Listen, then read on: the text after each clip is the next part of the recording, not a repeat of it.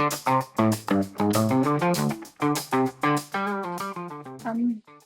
morning. My name is Renata Ávila, and I'm the CEO of the Open Knowledge Foundation. And today I am thrilled to welcome you to this celebration. It is the 16th edition of the Open Data Day, an initiative that started like a conversation among activists many, many years ago, and it took off. It took off and it opened possibilities of collaboration, discussion, and action all over the world. And what it is, I just think that someone needs to mute. But what is quite amazing about the Open Data Day is that it really let many people in the policy making space and in the people taking decisions in the public sector shape public policy. I think that the ability to see in action what open data could do to their communities, open data could do to policy, enable more than we thought. Many times, especially now when we are dealing with the challenges of artificial intelligence, it is really hard to illustrate the points. It is really hard to show how things operate in practice. But with open data, it was quite accessible to any policymaker, to any politician, to understand what we were talking about. Because instead of lots of talking and lots of theory, Open Data Day and many activities around it enable action, enable people from all backgrounds get their hands dirty and do something together.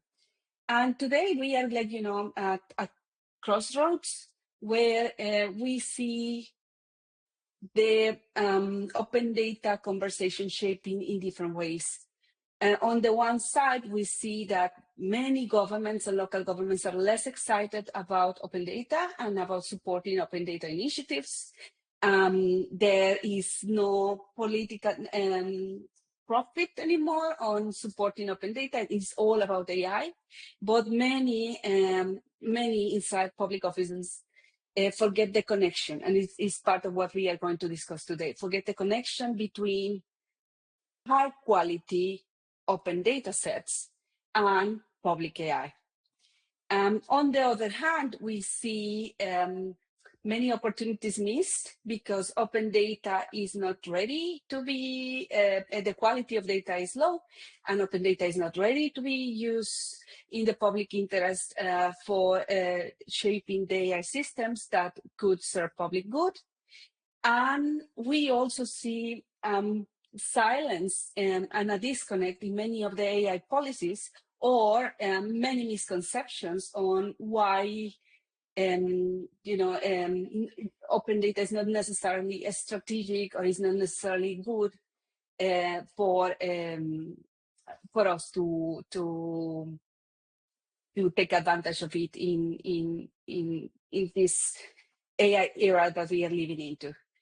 So today we are going to discuss policy, governance challenges, and also broader efforts that we can do together, we can engage in together, so as to bring open data back to the center, resource it well, and connect it with the broader AI strategies, especially public AI and social impact AI strategies that we are seeing around us.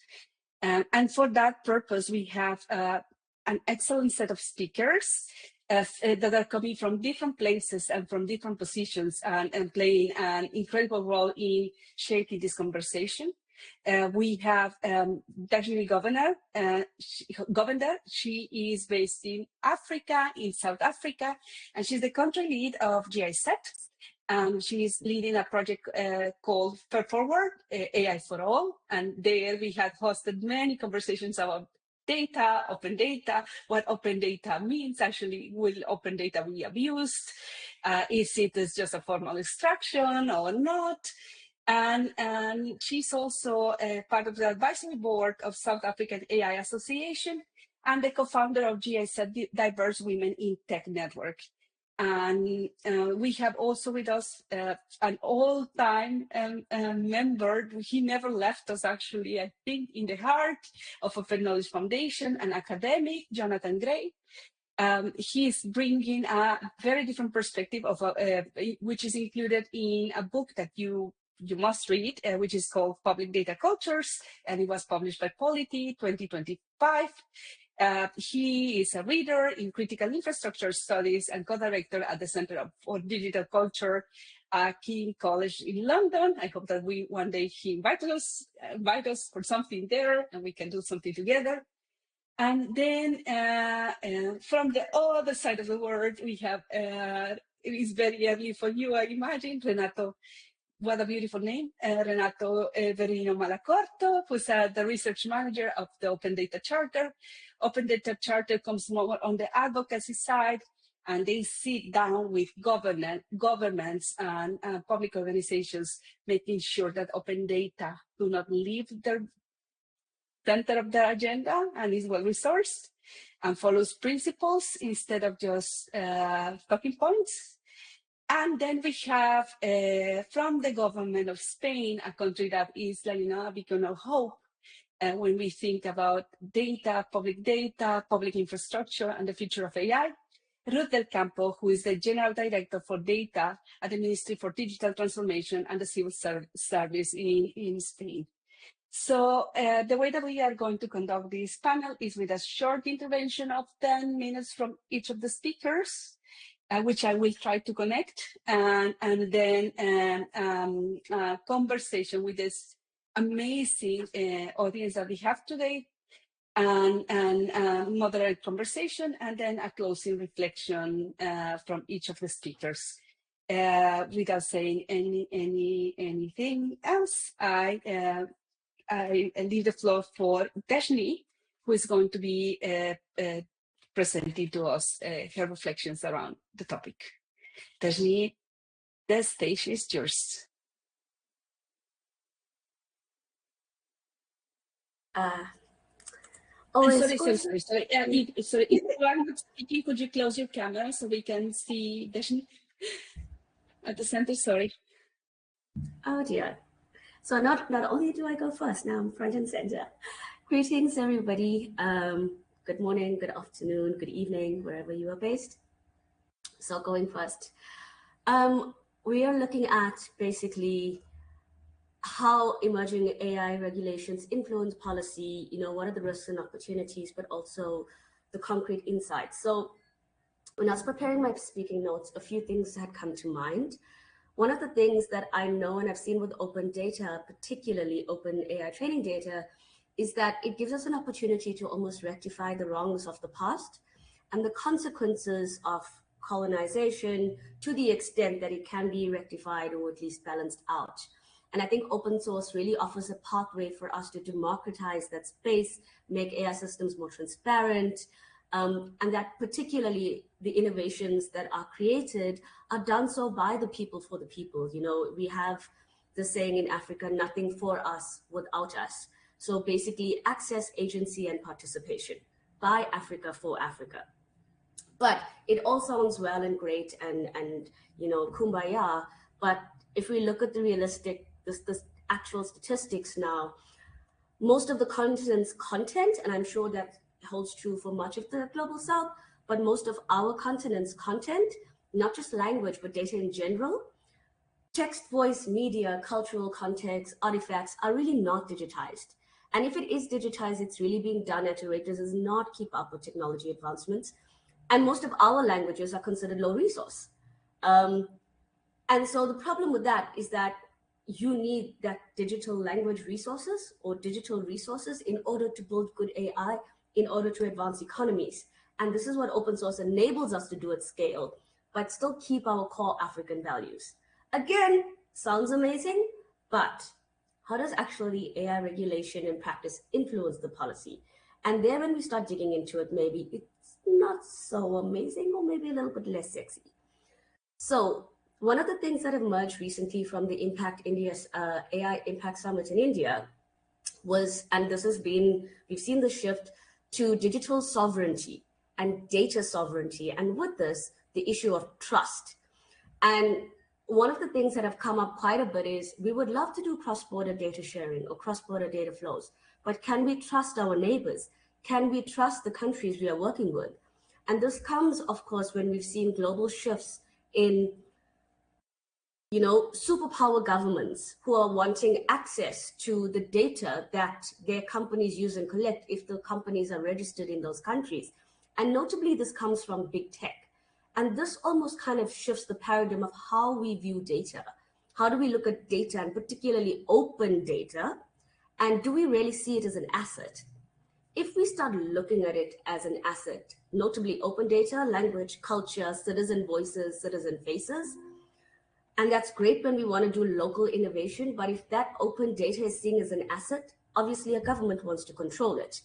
And so practically what we've seen, and I've seen particularly in the Fair Forward project, some of the partner countries that we've worked with in Africa have said, if you want to collect voice data sets in our country, in this language for this region, those voice data sets need to be housed in the country.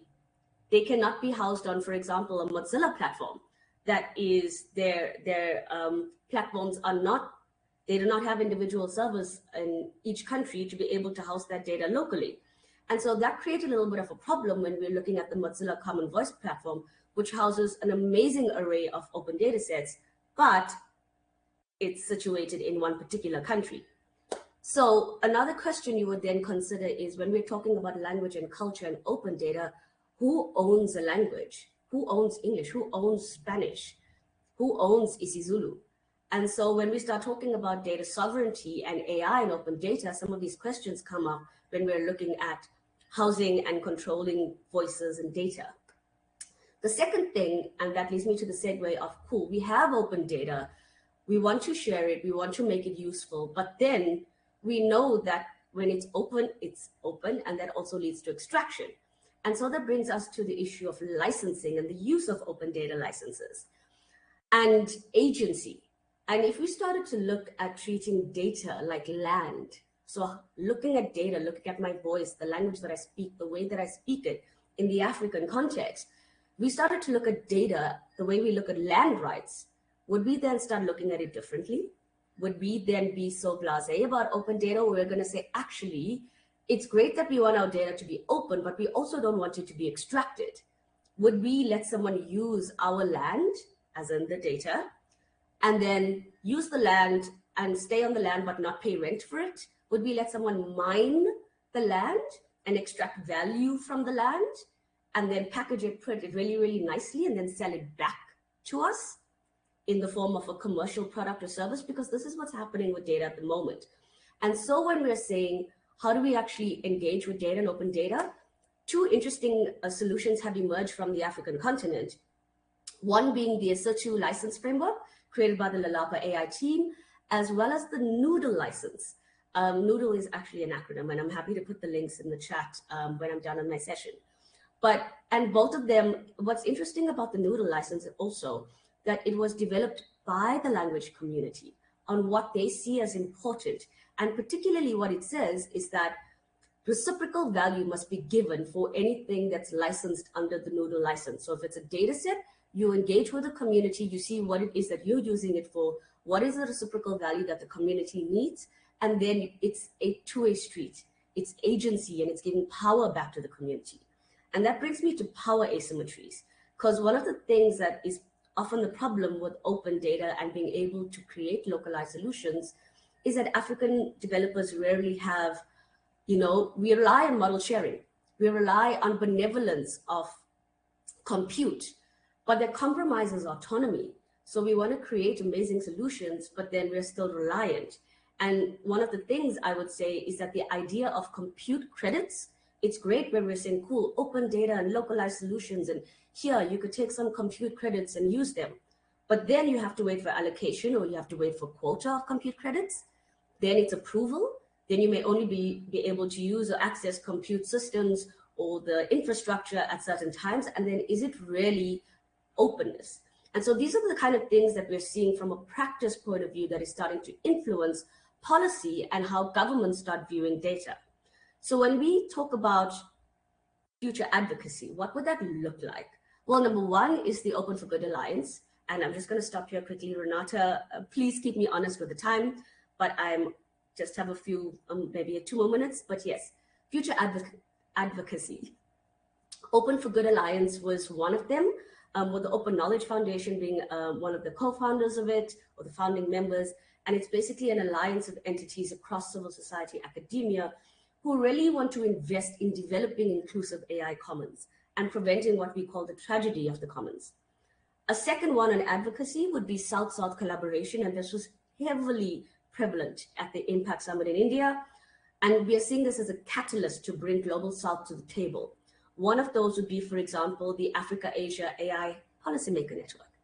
It is a mouthful, but it's basically a network where policymakers get together in a safe and secure environment. They learn, they share, they ask questions, they take knowledge back to their ministries or regulators. They're able to engage without, let's say, some of the bureaucratic ways of having to go country to country.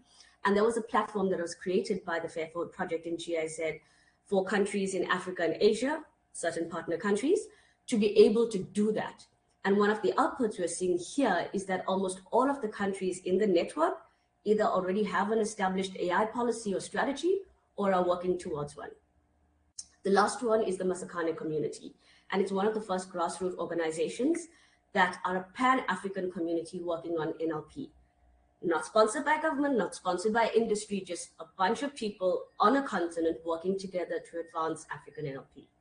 So if I had to give some recommendations, my 3 takeaways from this would be, number one, with open source and open data, you need to give agency back to the people. So engage with the data subjects, find out, what is the quid pro quo, because oftentimes it's not money, it could be something else, a specific problem that needs to be solved with the data that's used. Number 2, capacity development for startups working in open source, because I feel that's critically important, and we've seen this through our work. Have mentorships, include legal elements of what it is like working with open data so that startups know from the get-go what they're doing when it comes to open data or data with mixed licenses that could have a problem later on. What is the implication of doing business, how to do business with free stuff? Because you can successfully have startups that grow and still contribute to the open source community. And also, these are very unsexy things, but I feel that they're critically important when we have the startup mentorship. And so that the idea is that the ecosystem can grow, but grow in a good way from the start. The last one I would say is make AI relatable. Stop with the complex jargon and technicalities, the othering of AI knowledge and making it seem like it's quantum mechanics. It's not. Open source data is not complicated. It's actually amazing because we're seeing the most amazing localized innovation that's coming out.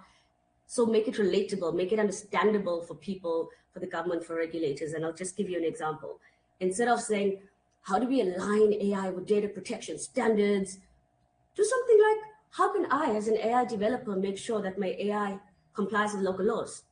How can I make sure that as a local AI practitioner, the data collection will not impact negatively on the environment or gender or communities? And these are it seems almost, it seems like it should be common sense, but actually, if we bring it down and make it relatable, more people are going to take it up and that knowledge is going to spread. So I have a bit of resources and I'm going to put them in the chat after my session.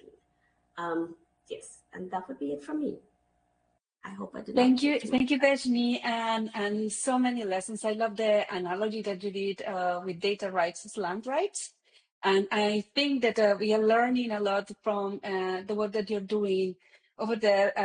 Yes, please share, because we can learn a lot and share practices across. That's what the beauty of the Open Knowledge Network, that it's all about sharing and improving, iterating and localizing and trying again. We will go now. Thank you. And we will go back to you very soon. we now have Professor Jonathan Gray, who is going to have is coming from different space, from the academic space, and as an author, he's going to discuss very different topics. Jonathan, the floor is yours. I'm just going to make sure that you have you can share your screen. If that's sorted, we go now to you, to your presentation. Thank you.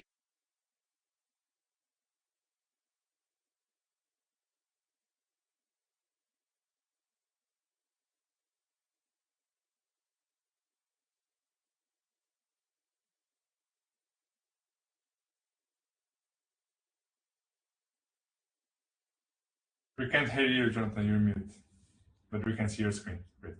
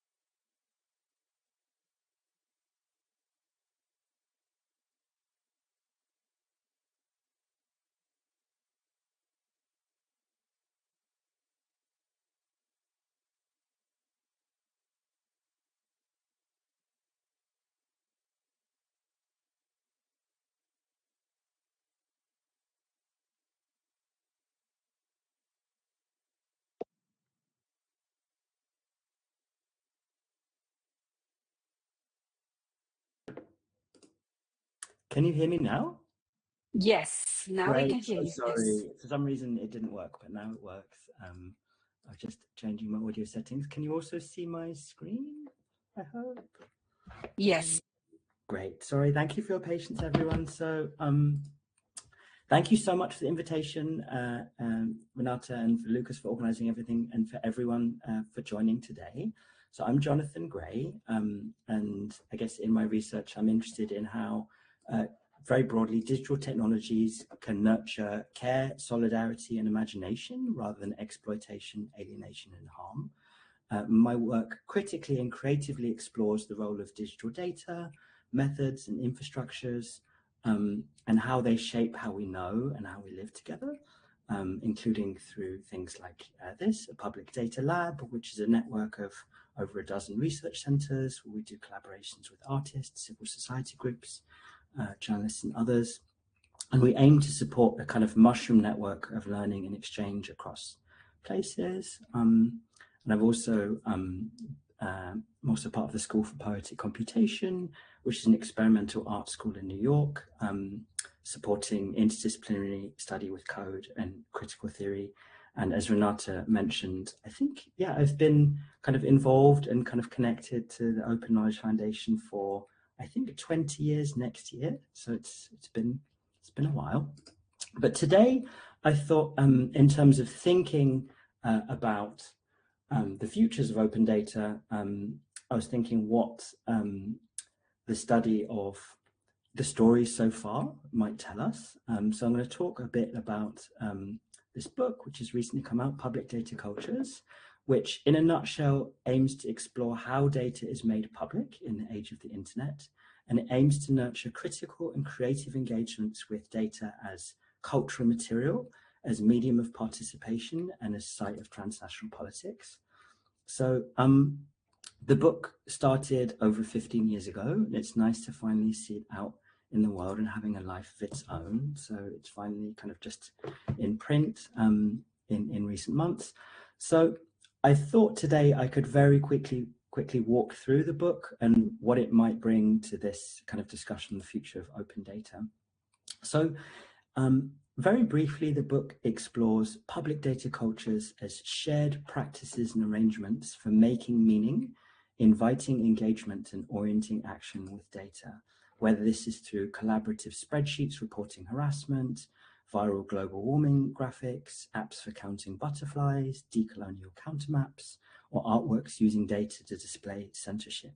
So these kinds of projects shape how we know and how we live together. And the book argues that data should not be taken for granted. So there's a lot of research, for example, on the politics of making data, from numbers on unemployment or carbon emissions or gender equalities. These kinds of different data sets reflect different ideas about what matters, how things can be measured, and how data can shape action. And not taking data for granted in this case means looking at how data is made, whether through ethnographies or archives. So that's making data, but there's also, we can also talk of many different ways of making data public. So just as with mixtapes or film festivals, public data cultures unfold through social and cultural arrangements of making and sharing, arrangements which require work, creativity, and care. And of course, we can trace the histories of different kinds of ways of making data public, from things like printed atlases and pamphlets and exhibitions through to software, servers, screens, and of course now AI agents and AI services.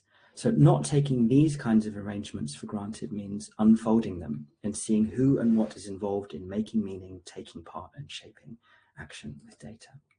So, as I'm sure many of you know, there is this long-standing notion in hacker culture that information wants to be free, which is often envisaged in terms of removing barriers and obstacles and liberating information from systems, which is reflected in calls to open up data by removing legal and technical restrictions, which of course went mainstream in the 2010s, becoming part of programs of the UN, the World Bank, the G20, the EU, and many other countries. And there are many different ideas about why this matters, from justice to job creation. But there's convergence for that period that data should be available for anyone to use for any purpose. And I guess this intentional open-endedness about how, by whom and for whom data is actually used could be considered a form of liberalization. And critics then and now have suggested it can end up empowering the already empowered and supporting austerity, or effectively serving as a kind of subsidy for big technology companies. So in the book, I kind of look at what is involved in making data public, not just in terms of removing restrictions, but also in terms of gathering and activating collectives, cultivating capacities, investing in infrastructures, and caring for arrangements that means that data can make a difference in relation to things that we care about, troubling the troubles that we face and issues that we want to respond to. So data is more than a resource to be unlocked and liberated, and the book aims to take a kind of deeper and closer look at how data is made public in the age of the internet. So the first section, I guess, looks at reconsidering data, and this looks at, for example, the first chapter, data as cultural material. And I think we can think of public data projects as those which translate the shapes of data sets into things like charts, colors, sounds, interfaces, and assemble media and materials into hybrid compositions for counting and calculating, showing and telling, listening and witnessing. So the chapter explores different ways of making data meaningful through arrangement, whether in the forms of lists, tables, relational databases, visualizations, sculpture or sound, from listing in everyday life to activism to histories of Google Docs, for example, in relation to pay discrepancies or sexual harassment or missing people or mass layoffs, through to data as sculpture, data as sound, and so on. And I guess the purpose of this is to look beyond dominant formats and to think how else data might serve as a medium of collective attunement and response. So the next chapter looks at data as a medium of participation and how data can shape different ways of taking part, whether through official political processes, journalistic investigations, public infrastructure, or environmental citizenship. And it looks at different kinds of invitations to take part with data, to repurpose data and to make data, from corporate rituals to feminist gatherings to data witnessing. For example, looking at software repositories to looking at tracing the circulation of civic technology software, to looking at the history of data portals. So this is like the UK data portal at 1 year per second, seeing how interfaces change, looking at data that was sought but not found. So I think there's a lot that we can learn from requests which were not successful, for example, and how data comes to matter in different situations. The politics of how we describe features of the Earth's surface in projects like OpenStreetMap, and things like data making devices and how they're used. So the third chapter looks at how data is also sometimes this medium for transnational coordination, and public data projects can gather cross-border communities of practice, and they can be viewed as sites of coordination where different visions of world making play out. And the chapter looks at different forms of transnational coordination, including things like Open Data Day, the Open Data Index, the Global Data Barometer, cross-border data projects, and many other things. And I guess part of the purpose of this chapter is to think, can data also help to dismantle extractive systems and grow other kinds of relations and forms of interdependence? Which brings me on to the second part of the book, which explores different ways of critically engaging data. So the fourth chapter looks at missing data and making data, starting with Mimi Onuoha's Library of Missing Data Sets project, which explores patterns of absence in an increasingly machine-readable world. And the chapter looks at how data becomes missing, which takes work, right, to make the case that something is missing, and how activists, journalists, and researchers also make their own kinds of data sets and data infrastructures in response to concerning absences. So it looks at projects on police killings in the US, multinational tax avoidance, and coal power plants. And all these projects require imagination to understand, reverse engineer, and develop arrangements for creating data. And the final chapter is on critical data practices, which bring different critical perspectives about data into ways of working with it and draw inspiration from many places and communities of practice. So there's a tiny book within a book, like a little lexicon, which reviews approaches to data, which have been described as decolonial, feminist, indigenous, more than human, queer, slow, warm, and more. And each of these sections reviews practices and projects associated with each of these terms, from cultivating sensibilities for what is missed out and erased and abandoned, through to speculative data practices and how artists do projects on things like offshore finance or artificially promoting climate news through bots. So in conclusion, the book aims to be a kind of source book for nourishing thinking around data as cultural material, medium of participation, and site of transnational politics, and invites reimagining the roles that data can play beyond polluting data centers, exploited platform workers, and extractive technology companies, and how data might be used in ways which are more hopeful, inventive, expressive, and regenerative. And I guess circling back to the theme of this panel, I think there was a lot that we can learn by looking carefully at how data has been made and made public. And I guess if there's one thing to take from this intervention, it's shifting focus from removing restrictions to nourishing and caring for the kinds of public data cultures that can help us to collectively respond to the troubles that we face, the many troubles that we face in these times, and to find other ways of living together. That's it. Thank you so much. Thank you, Jonathan. And it is, I'm going to open my camera.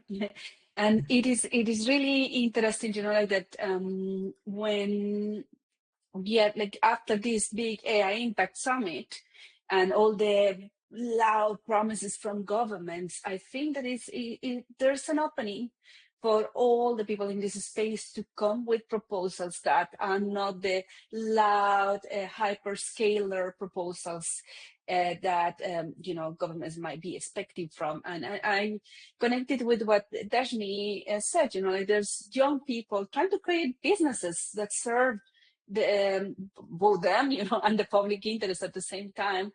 And there's different ways to look at data that are not the same ways that like you that we are posting to in the mainstream media, and your conversation and your book and your contribution with your research brings a lot of hope.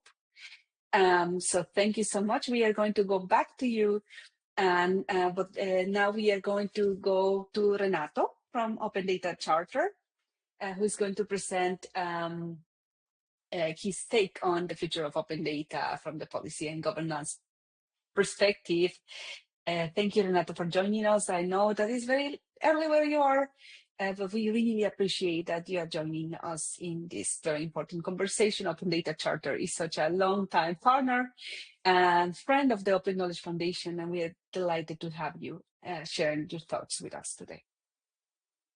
Thank you so much, Renata. Thanks everyone for being here. I hope you can hear me well. I have a little cold, but I'll do my best with my voice.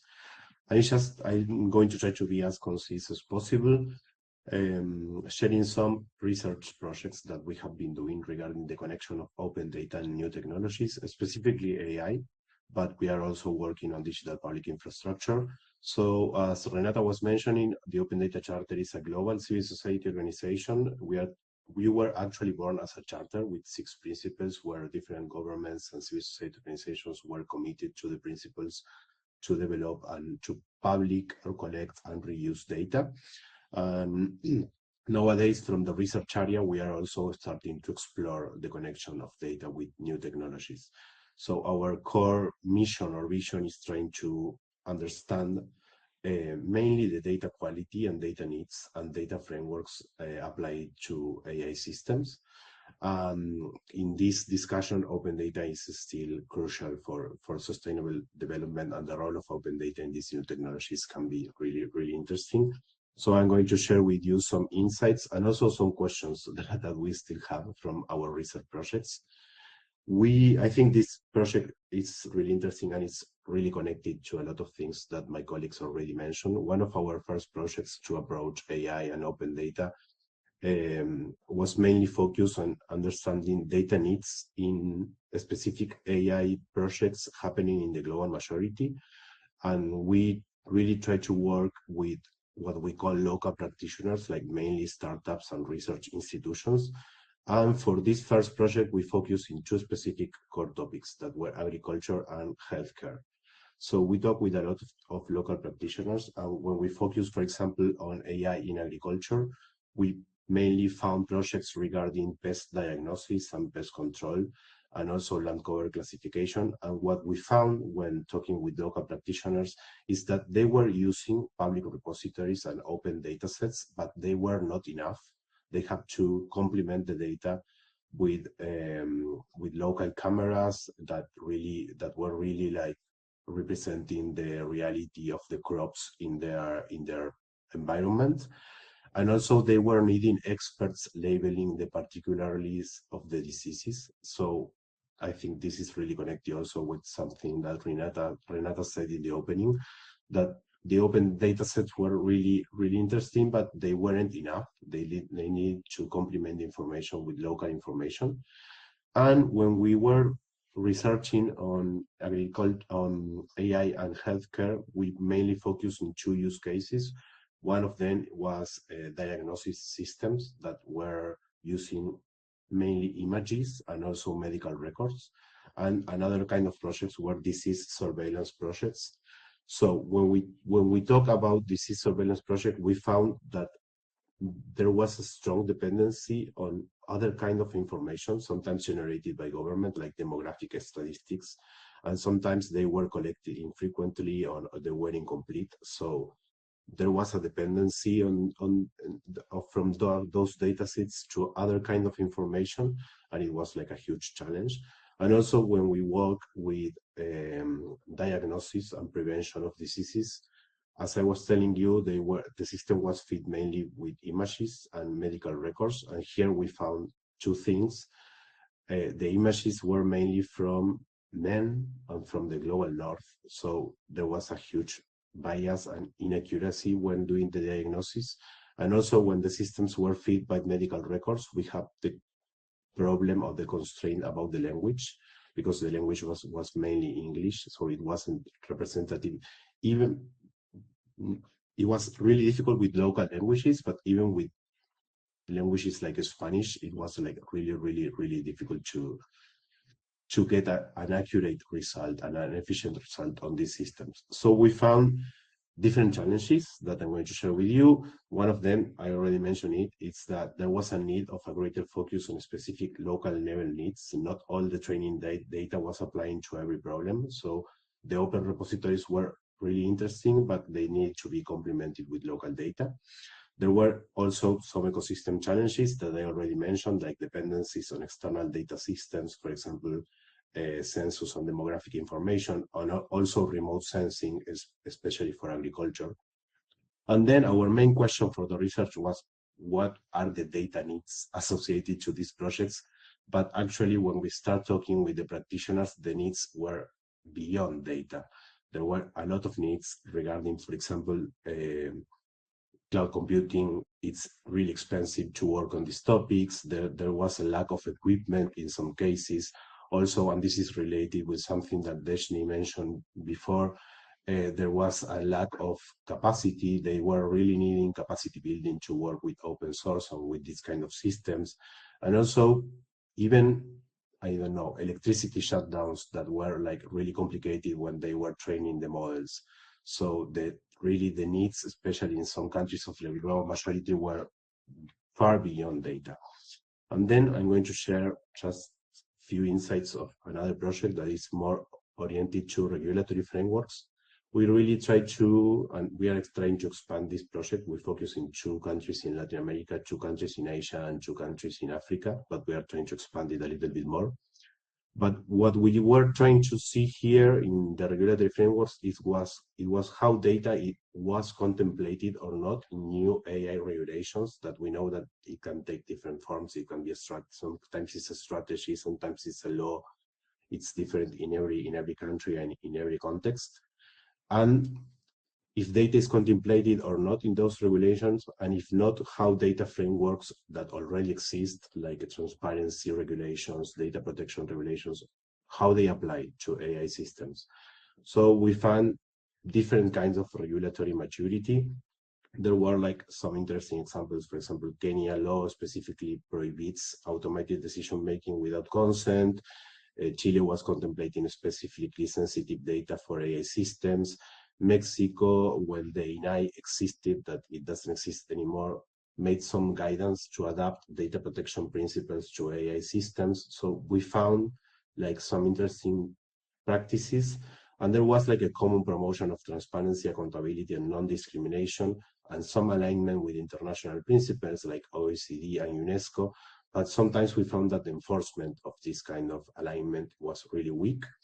And we also find critical gaps remaining, specifically in the regulation of by specific things of AI systems, of new technologies, and regarding biometric data, synthetic data, the right of explainability, how the data, about the consent of the data that is being used to train the systems, also the impact assessments. So there was like a huge regulatory gap on those topics. And sometimes when it wasn't really contemplated in the new frameworks, some of the regulations were, of the actual regulations regarding data were quite old. For example, it happens in Argentina. Our data protection law is like 20 or 25 years old, and it doesn't fully apply to these new systems. And just to close, and then I can tell you a little bit more, but I don't want to take a lot of time. We can also go back to this in the reflections and the Q&A. But we were doing some pieces of research regarding the link of open data and AI systems, understanding that data is one of the foundations of AI. So democratizing AI requires democratizing data governance. And we found that the connection of open data and AI was already explored in some interesting international documents. It was recognized by the European Union and also by UNESCO. And we found also a huge link on the connection of the open data principles and the FAIR principles, data findable, accessible, interoperable, and reusable. So there's a huge connection that if we work on that, and if we work in improving the data quality of the data sets, it can really lead us to democratize a little bit more the AI systems and how they use, especially for local practitioners, for startups, for researchers. And when we did this first research that I was telling you about, we asked also if open data was important for their everyday work in this kind of projects. And 90% of them answered that yes, that it was important for complementing the information and fostering trust in the systems, and that they were using open repositories, and then they were seeing a huge value on open science. So I think that's an interesting opportunity and something to take into consideration when we develop this topic. And just one and I'm closing with this, we are just now starting a new research that I can't share any insight because it's just starting, but I think it's going to be interesting, and I can share the question and we can keep in touch and to see how it works in the following months. But we are starting to try to analyze how publicly, we are going a little bit beyond open data, and we are trying to start to analyze how publicly, what are the limits of the use of public accessible data for AI training. And we are also trying to see not only open government data, but what happens with data that seems to be publicly accessible in the internet. So our main question is, to what extent can public accessible data be reused in AI training while respecting data protection, copyright, and emerging AI regulations?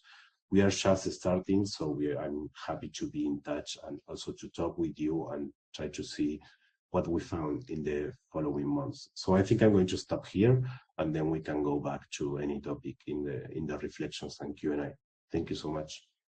Thank you so much, Renato. And there's many people very curious about the research. So if you can also share links in the chat, it will be really welcome. And now we open the floor for Ruth del Campo. I apologize that we are running a little bit late, but please, you have all the time. And apologies to those attending. We are like 10 to 15 minutes late because we will really like to have attend the interaction with all of you. So Ruth, we are very curious about the Spain experience, how you are connecting the open data efforts with AI efforts. So the floor is yours. We are very, very, very grateful with your presence and very curious on what you have to say now. Thank you, Renata, and thank you, everybody. Thank you, the Foundation, for inviting me to participate. I was very excited, and I actually accepted quite fast once the invitation was received, because some of you may know me from many years ago. I remember attending the conference of the Open Knowledge Foundation in London a couple of times. So yeah, I've been a big fan, and part of my career has been related to open data. And now I'm the General Director of Data of the Spanish government. In our mission is not just open data, but data in general, and how to make the best out of it as part of the economy. So the data economy is part of the economy of the societies, and we are boosting that economy to based on the reuse of data, boosting the open data initiatives in Spain, and acting as the chief data officers of the Spanish government.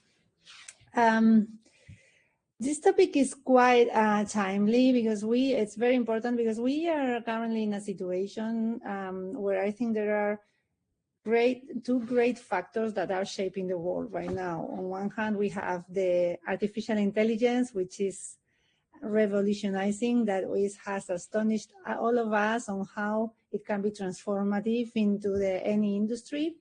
And on the other hand, we also have the geopolitical situation, specifically also how the digital economy is impacting in Europe, and how the geopolitical situation is also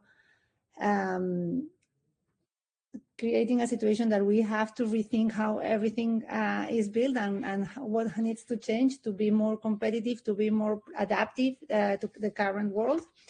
And our vision of open data reflects these two realities, right? We believe, and we are reflecting on these realities to build a new strategy. that thinks that a data strategy that has to be AI ready. And what does it mean that, right? Like an open data, the open data that we are building and that we are publishing through the portals, datos.gov.es is the main portal in the Spanish government of the open data. It's been built for humans. It's been built for reusers, small companies, innovators. It's probably not built for every citizen, right? It's built for transparency, obviously. It's built for being accessible through your browser or through an API, but it's not built for agents. So I think that's the main shift that we want to think about, that we need to reflect on how we are actually transforming open data for agents so that it is more accessible, more democratic, and actually it reaches and it allows even more transparency and more reusability. So that's the reflect we are doing. So probably if we are thinking on a technical side, probably we need to think of how the MCP server is another kind of layer into the data portals, so that the access for agents to the open data is adequate. And that's something, we are actually reflecting on. On the other hand, and I think Renato pointed a little bit on that, the world of the data and the open data, right now, it's obviously open data is structured. It was thought so that it could be actually reused. But if we think about how the large language models have been created and have been got the knowledge, much of it has been through web crawling, and how it was accessed through the public information that it was not necessarily open data. Actually, I think most of the LLMs have not been fed with open data yet. And so we probably need to think on how to provide a curated, trusted resource, like our corpus of data on the different sectors, linguistic data, our corpus of the public sector data, or public sector information that is not necessarily structured, but it can actually provide a great a great resource of information for large language models. And it's important that we do this in a way that we don't create more inequalities, but we actually do it in a way that it creates more efficiencies, but for everybody's citizens, and we don't actually create a bigger gap between different parts of the citizens, right? So that's what I would like to say in terms of how we're thinking on how the open data initiatives probably need to move to the AI world, but also with regard to regulation. In Europe, there is currently a great shift towards simplification and coherence in terms of data. There's been several different regulations on data, not just open data, but Data Governance Act, Data Act, and we are in a phase that we are unifying all those regulations so that they make sense, because they are a part of this large picture of the data in general, the data regulation. So that means it will mean that the Open Data Directive is not going to be a directive anymore. It's going to be a regulation that helps progressing on the single market, and that helps progressing the coherence. And also there's been to be like a much more coordinated approach between open data and non-open data, but protected data from the public that can also be accessed, which is what includes the data governance regulation. And this links together with our idea in general, in the General Directorate, that we believe the governance, if we want to have sound open data results, it's very, very important that we build on governance, in a coherent governance in the different government agencies, in different ministries, So we have been working with the different ministries and government agencies on a program on essentially trying to provide them with tools for the data governance within their ministry, and also tools for opening up data that it's actually very much demanding from the economy and from the different data reusers. And this program has been called the Impulsa Data, and we have worked with 23 agencies.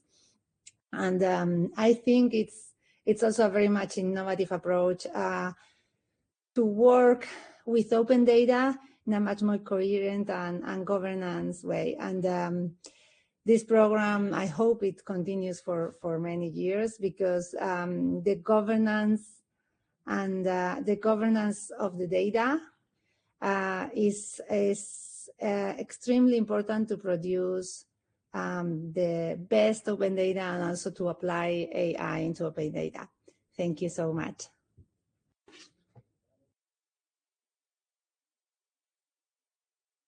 Thank you, and a lot to learn. Like, I'm always excited because as a Latin American, we can showcase many of the examples of Spain in a non-colonial way. It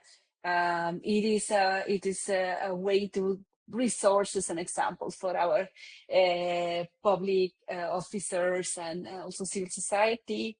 And we are now moving to bring in all the speakers in, if the speakers can open their cameras, because we are now opening for questions and conversation with everybody participating. I mean, we have quite an amazing group of people attending, many old friends and new friends.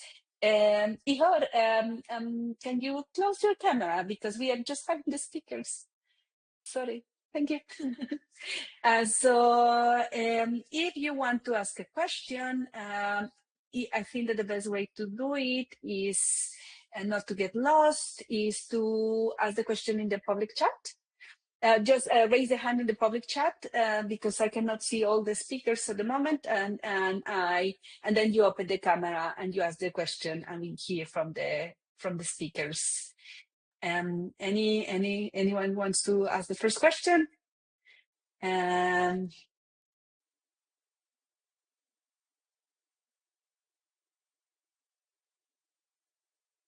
Questions. Everybody's writing on the chat. They're shy to ask the questions. Let's see. And Nadia Babinska, please open your camera and ask the question. Thank you.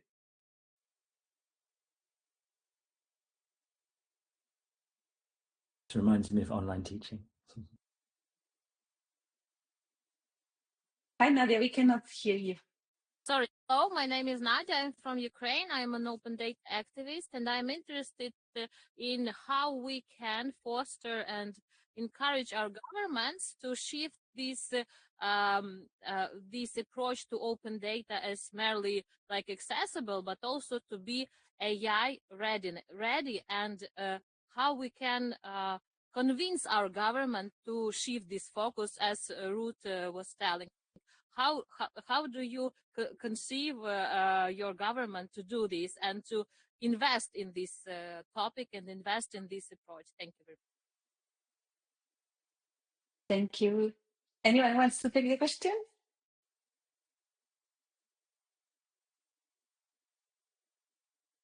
I'm sorry, I couldn't hear the beginning. I think I had a lack of connection. So if you could reformulate the question on supporting me, Renata. Basically, they want to, ask the governments how to connect with the governments on how to not only support open data efforts, but have them AI ready. That's the summary of the question. Tips on how to do it, tips on how to convince.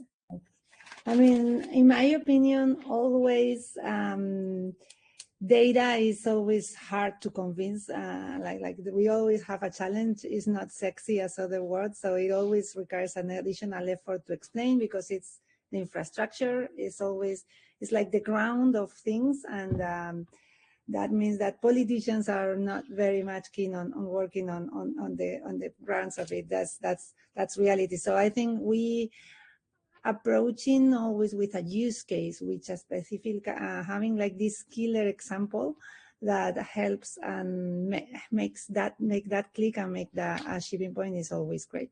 I think that works for that is what has worked for me mostly. Renata and Deshni, please, Renata and then Deshni have something to comment.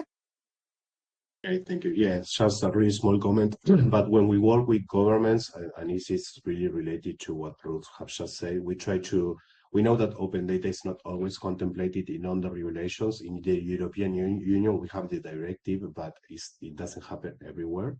So we try to really convince with use cases and with what we call in open data charter, like publishing with purpose, like specific challenges and how we can use the data sets to address these kind of challenges.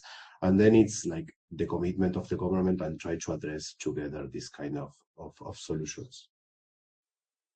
Deshni? Cool. Then I would add lastly that the Estonian government and the Indian government are two very clear examples of working with open source data. So the Estonian government have got this amazing platform, and of course it's done on X-Road. And I think they're one of the pioneers of working with open source data, and particularly SDev being able to support them to do that. And then the Indian government, particularly the ministry called METI, so the Ministry of Electronics, IT and Engineering, have an actual division within the ministry itself that is dedicated to working with open source data because, of course, of the breadth and scope of Indian languages and work that they do on building their own infrastructure. So those are two very, very good use cases of governments working with open source and using it in public infrastructure. And Jonathan? Yeah, it was a great question. I feel like rather than just thinking about AI readiness, though, it is interesting to think about what kind of AI we want and the importance of thinking about that not just as what we feed LLMs, for example, but also the kind of institutional arrangements we have for AI and what learning means, not just in a technical sense, but also the kinds of collectives, the materials, the purpose of these technologies. I think here, I think a lot of, I don't really know, Roberto Unger, who has this notion of like institutional imagination. I feel like there's an urgent need for imagination around the organizational arrangements around LLMs, including rethinking ownership and governance and kind of consolidation in certain kinds of big technology companies. But I guess also thinking about the kinds of commons and communities around AI development and how we might grow them differently, including thinking from the global majority rather than just from the north. But yeah, sorry, that doesn't make things easier, but I do think it's important to kind of think about what AI we want rather than just how we kind of make AI ready data. And I think that also connects very well with something that we have been trying last year and the year before. We have been holding these conversations on the tech we want. And we are hoping to continue this conversation. Actually, one of the conversations this afternoon is going to be precisely about that, how we build the tech on top of the open data with MCPs, as that you mentioned, Ruth, that you are also looking into. How can we, adapt and embed our values in what we create and advance our own goals with the new technologies? We have space for, I think, 2 more questions. If anyone in the audience wants to ask a question.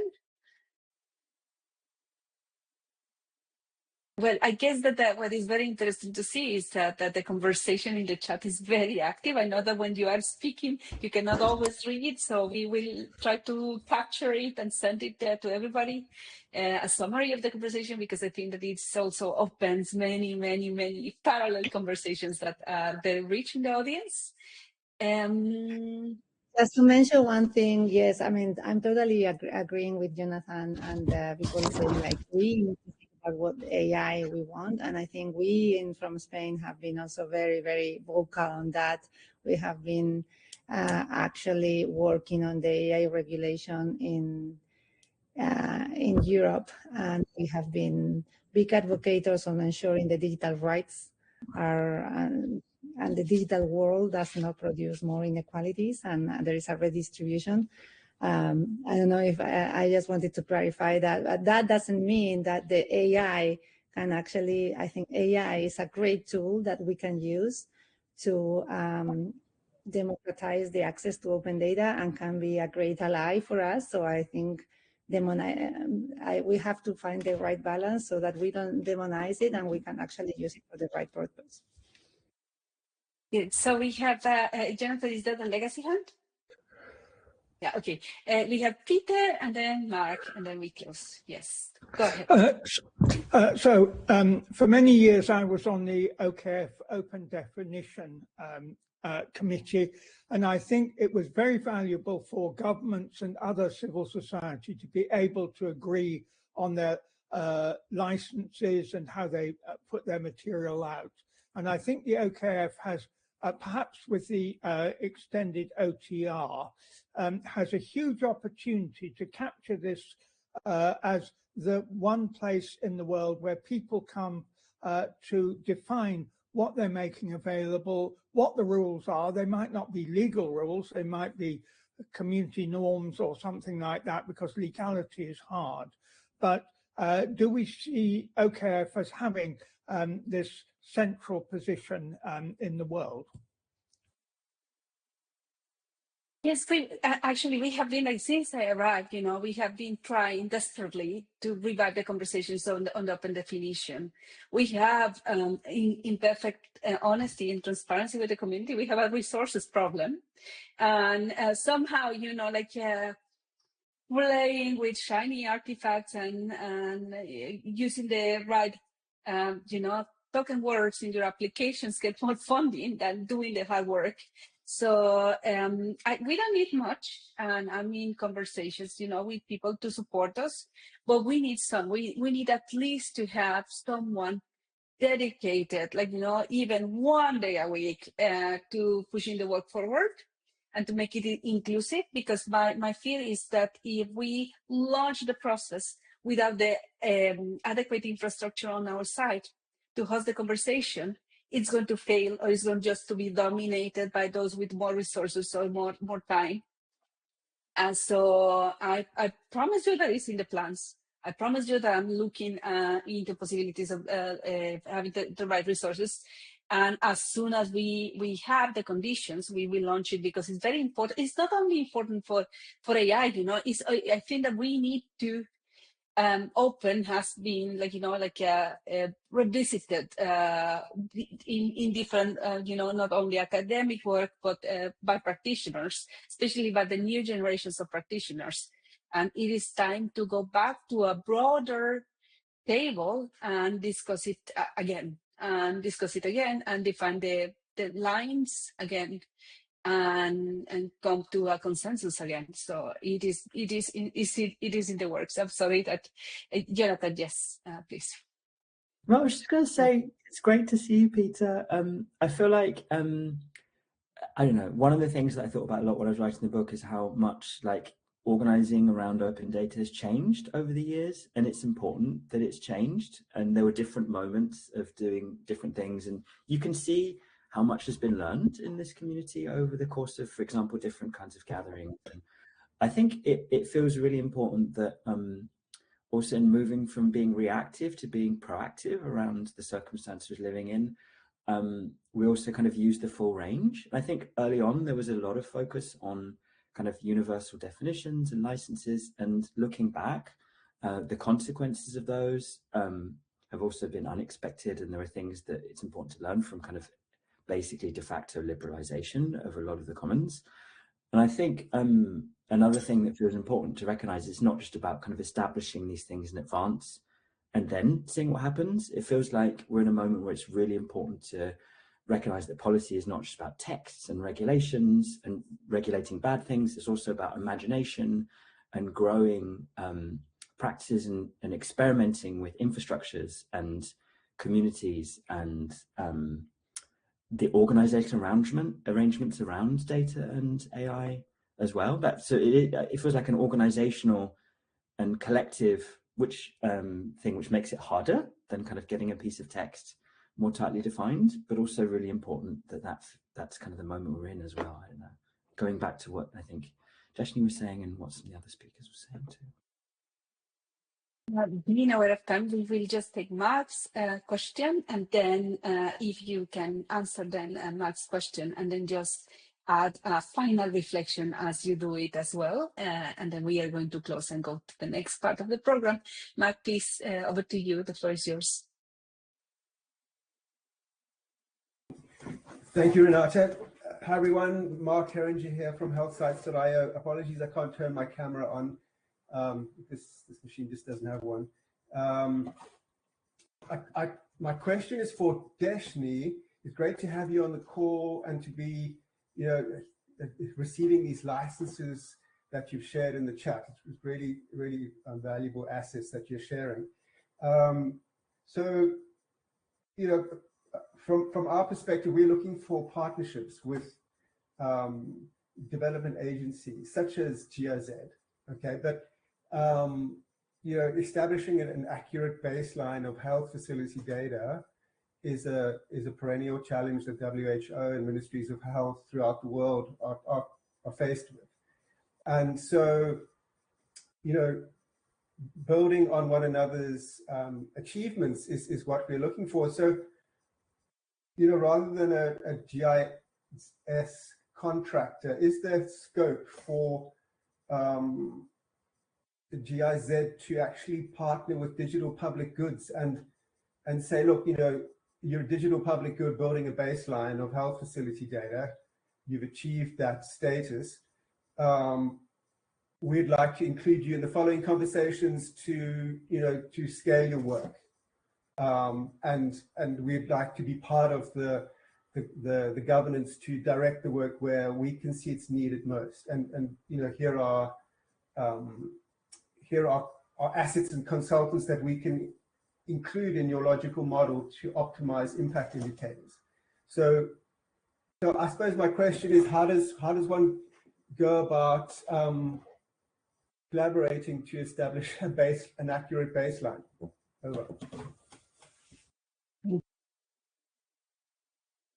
Cool. I will answer that to the extent that it goes on to the accurate baseline. In terms of the collaboration, I could say that often our work, we do calls for working with communities, as I've mentioned, and many of my co-panelists have mentioned that working with communities, and not just communities, civil society, academia, industry is really important because, as Jonathan's mentioned, also policy, development of policy, but also data sets, data, infrastructure is not just about the tech itself, but what does that mean and how we can be creative and imaginative and innovative in creating something that's useful. Coming back to the question on working with the entities that engage in digital public goods, this is one of the core components of our work. And of course, Renata is smiling because she knows this. Digital Public Goods Alliance is one of the entities we worked on, and I think that they would be a great partner if you're looking to that context around it. But the creation of digital public goods and digital public infrastructure is super important. How would we go about that?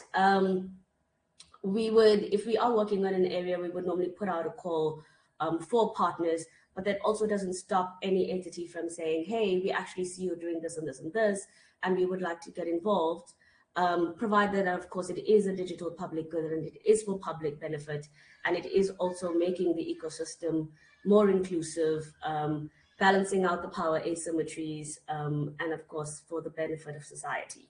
So that would be the core components of us working with an entity and introducing partners, because the other thing is, a lot of the time the work gets done, entity A is doing something amazing and entity B is also doing something amazing, and they're on two different sides of the world that don't know about each other. So I think that the connection of communities, and I love that Renata's and the Open Knowledge Foundation has brought this nice little global picture today, because that's been a really good way of tying the pieces together. But of course, you're more than welcome to reach out to me and we can address some of the other matters in a more directed bilateral. Thank you. And just now, just a very quick final remark from each of you, and then we move to the next part of the conversation, please. Shall we start with Renato, then Jonathan, and then we close with the last famous words of Deshni? Yes, let's do it. Just a quick reflection, but I think that this conversation is great. It's great to have data back in the conversation of new technologies. And just two small ideas that we already talked about, but one is that I think open data can provide a diverse and high volume of information to train models more accurate and representative, but it's going to depend on the quality of the data sets, and we still face a lot of challenges, and we have came across this in the different research projects. And also, I think it's really interesting to address, talking beyond open data, talking about data governance, to address these challenges around that biometric data, the right of explainability, trying to understand what are we doing with the data. To address these kind of gaps, we can really learn from, cooperate and learn from different experiences. It can be south to south, but there are really already good experiences happening, and we can cooperate and learn from each other. So, yeah. Yeah, thank you so much for organizing everything today. It was really nice to learn from what you're all doing. I guess, yeah, it feels like there's so many elephants in the room. There's so many things that are challenging. There's so many things that are really difficult about, you know, as discussing some of, everyone, like the geopolitical situation at the moment. We're in such a different moment now to, you know, 10, 15 years ago. But also with respect to AI, like, you know, we're talking about licenses, but also we know that so many training corpora were kind of based on web training data sets where, you know, the sort of interpretation of copyright was, you know, like how much licenses were kind of taken into account in sort of a lot of AI sort of training data sets is something that also we think about. We can kind of finesse licenses we like, but also, you know, what are the models that are kind of predominant models kind of trained on? So I think there's so many things which are difficult and troubling, and it feels important to kind of really situate the work that we're doing in relation to those things which are difficult and troubling, rather than kind of bracket or kind of avoid them. And I feel like moments like this are become even more important, and kind of sharing across countries and sharing across communities and trying to learn how to respond yeah, was a source of kind of drawing inspiration and hope and energy from each other. Yeah, thank you. Thank you, Deshni. Last words. I would say that I'm a big proponent of giving agency to communities and groups, and particularly underrepresented voices. That would be the first one on how do we actually include people in discussions when we're talking about open and openness, and what does that mean? The other thing would be for me in this context around the perceptions of open and what does open mean. And I think that it's trying to break that mindset and that those sometimes preconceived notions and even incorrect information about that open is not good, open is unsafe, open, you know, all of the stigma that's attached to it, and start to see how it actually is. How do we shape it? How do we shift that narrative? How do we shift the mindset into it so that we are now looking at open the way we would look at data, and data as an asset? We see open source as an asset. And how do we start looking at making, when we see it as an asset, how do we start treating it like an asset and regulating it like an asset that we want to protect? Because I do think that that openness is the reason why we're able to democratize access. Thank you. So the future of open data is collective, and the future of open needs to be like a discussion that needs to be reopened. Please, thank you so much. I mean, you are like dedicating time from your busy days, volunteering to this collective effort. I want to invite everybody attending and participating in this very fluid conversation in the chat to stay with us. We have more program coming up with lightning talks, and then a very interesting panel with, you know, those building some AI hacks to make our work more meaningful and easy. And then stay also connected with this network. We will be hosting more events and more activities in the near future. Thank you very, very, very much. I now pass the mic to Lucas, who is going to host the next section. Thank you so much again. And happy Open Data Day.